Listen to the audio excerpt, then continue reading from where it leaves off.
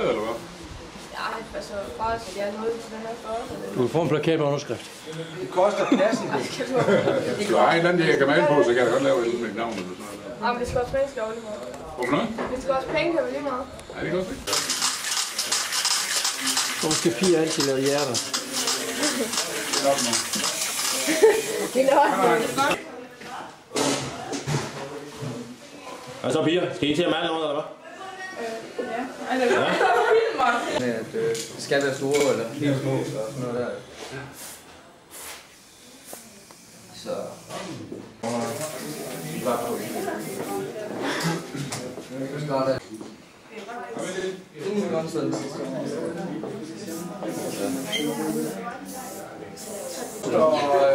Vent og se.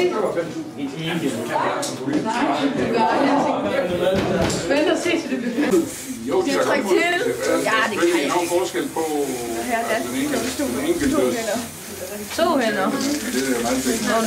Det er jo en håndværk. Men jeg vil sige, at generelt... Hvad må jeg ikke? Gør det på samme sted.